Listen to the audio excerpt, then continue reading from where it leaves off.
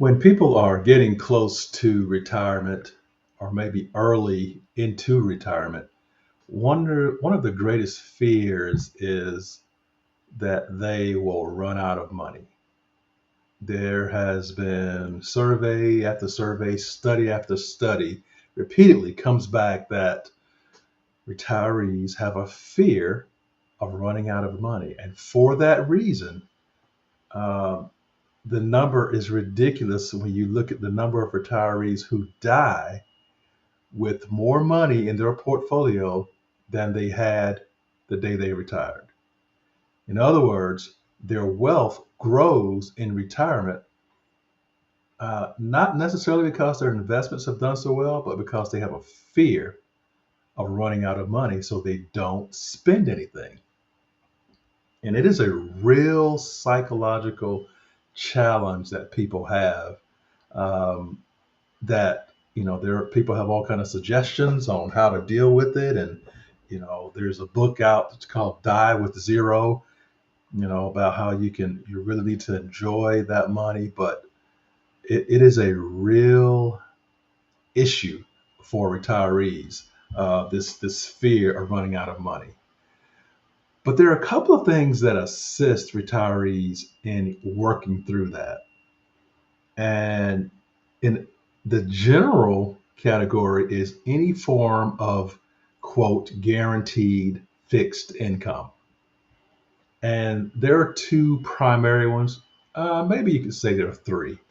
The first one is Social Security. Social Security is a fixed income source, a guaranteed income source that can give you a certain level of comfort that you're okay, this money's coming in regardless of what happens, and it kind of eases the mind a little bit. Another form or type of fixed income that can go a long ways in easing the minds of retirees is an annuity. An annuity, of course, is an insurance product that guarantees so much income, and you can buy an annuity that guarantees you a certain amount of income for the rest of your life.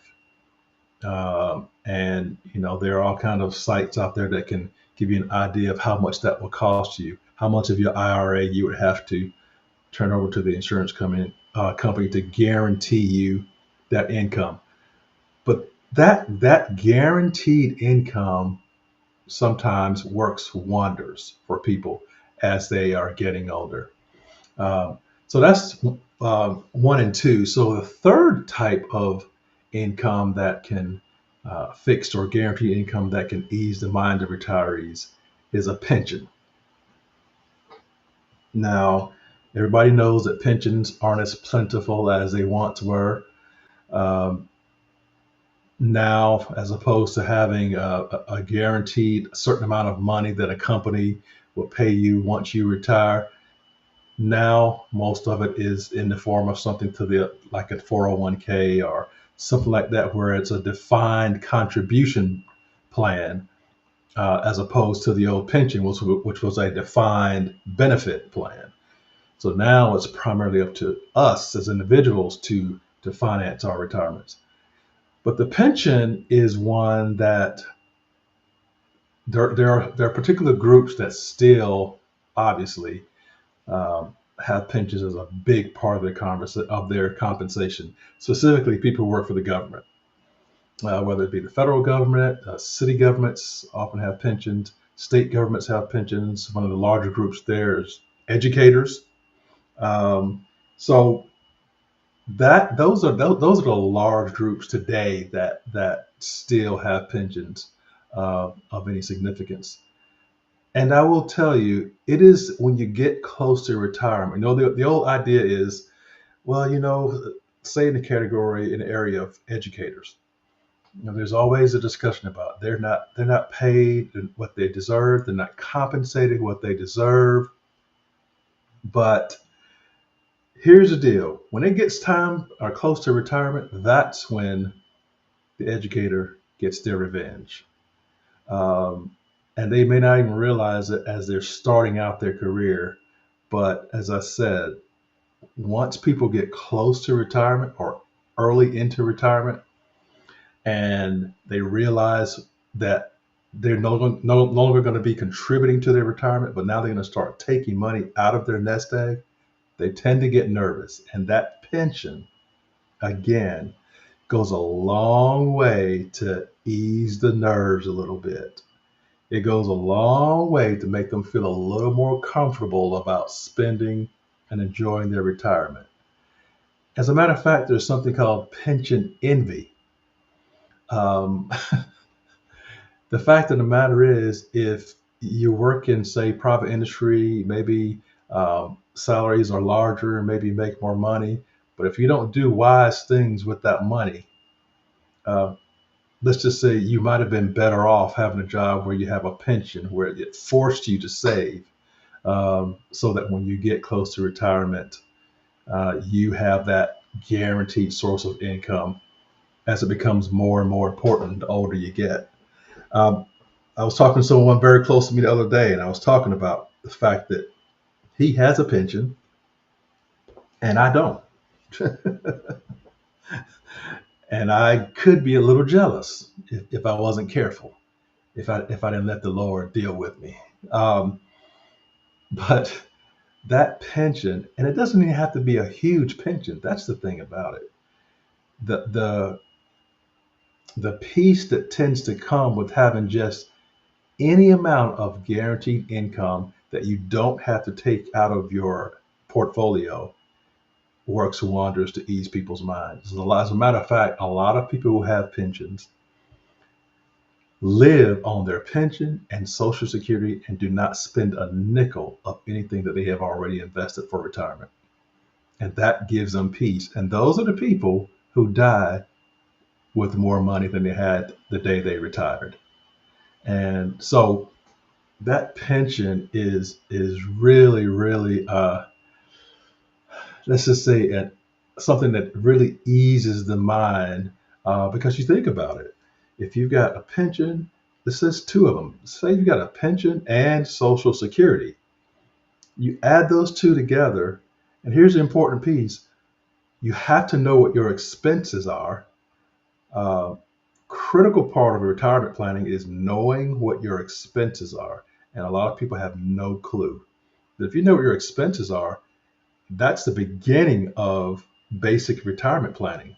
Because some people say, how much do you need to retire? I have no idea because I don't know what your expenses are. I don't know how much debt you have. I don't know how big your mortgage is. I don't know what's left on that mortgage. I don't know if you have a car payment.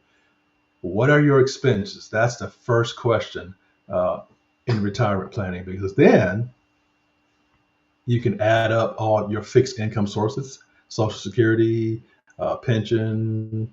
If you get an annuity, pay for an annuity, include that in there as well. Say your monthly expenses are $5,000 a month, whatever the case may be, and say your Social Security and your pension adds up to $4,000 a month. Well, you're in pretty good shape. That means you only have to pull $1,000 a month out of your portfolio. I mean, at least that's the way I think about it. What are my fixed income sources? What are my expenses? Or in my case, what are my predicted expenses, as best I can? We'll add those, add the income sources up, and then that tells me how much I will need to pull from my portfolio. And that's basically how it's done. But that is a comfortable retirement in that example I just gave. If your expenses are $5,000 a month and your Social Security and your pension gives you $4,000 a month, that's somebody who can really enjoy themselves. And one of the reasons that lead to that, one of the things that leads to the ability to do that, as you can imagine, is going into retirement, minimizing that debt. That's it. Minimizing that debt really, really allows you to live a comfortable retirement, do the things you want to do, take advantage of those healthy years in your younger days in retirement. When you feel like going, go, and just do those things. But what allows you to do that, one of the big things that allows you to do that, is not having a whole bunch of mortgage debt and consumer debt once you head into retirement. I think that's the goal. That's an ideal goal for most of us. I'm not saying everybody. Personal finance is definitely personal. Not everybody's situation is the same. Um, but I will say there are certainly principles that apply across the board that seem to be universal, and people who do well seem to follow particular principles. And one of those is minimizing that debt as you head into retirement. So I think it's only common sense. But so anyway, all of my friends out there who have pensions or who have pensions coming, I personally don't have a pension, but my wife does. So that is a part of our retirement plan. And you already know I do that on my own. I put a plan together and use a particular type of software to do that. Uh, but I'm going to go ahead and let the cat out of the bag. I know I've talked a lot of trash about financial advisors. I know I have. They do have their place. As a matter of fact, I contacted one to do a retirement plan for my wife and me because I wanted to see if what I had done, if I had any gaps or if there's anything I had missed, because you can have blind spots. As I get into retirement, I'm not trusting myself to just be the guy and know it all. I'm definitely going to be bouncing it off of somebody else who can, just a fresh set of eyes. So I did contact an advisor. It's not somebody that I paid a certain percentage of assets under management. I just paid a flat fee, got them to do the plan, and then my renewal every year is very, very, very reasonable.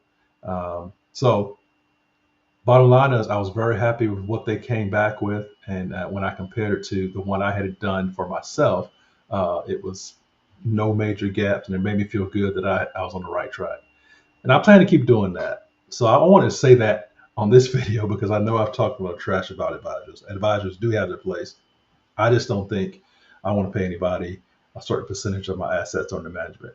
There's so many people who charge an hourly rate. There's some that charge a flat fee. There are many ways to get that expertise on your side without giving somebody, a certain percentage of your hard-earned money to manage. And in most cases, if you just have a little bit of understanding, they can't do any better than you can. At least that's my thought.